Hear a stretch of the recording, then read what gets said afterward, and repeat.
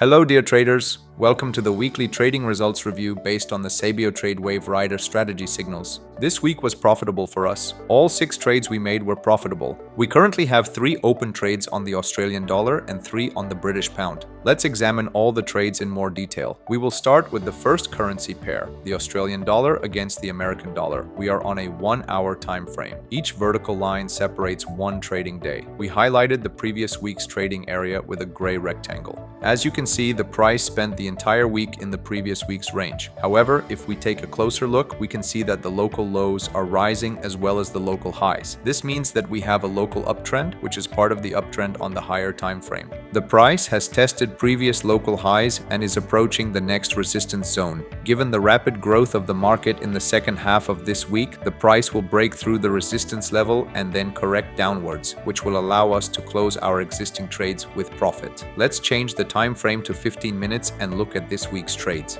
We started Monday by closing a buy trade that was opened on Friday. We also opened a sell trade at the closing price, after which we averaged it out and closed the trades with a profit on Tuesday on the market correction. After closing the trade, we immediately opened a buy trade, which we closed with a profit on Wednesday on the market's rise. On Wednesday, we also sold and closed our trade with a profit, and on Thursday, we opened a buy trade, which was closed with a profit on Friday. If we draw the median of this upward price channel, we can see that we were buying at the lower part of it and selling at the upper part. The last chain of trades we opened on Friday is still open. The price came close to the previous local highs, so now we can expect either a correction from them or a breakout and correction from the higher resistance level. In any case, this will allow us to close our existing trades with a profit, and this week's profit amounted to $13. The next currency pair is the British pound against the US dollar. As you may recall, last week we talked about a downward trend as we had declining local highs and lows. However, on Monday, the price rapidly broke through several previous local highs at once, which allowed us to open a sell trade, which was closed on Tuesday.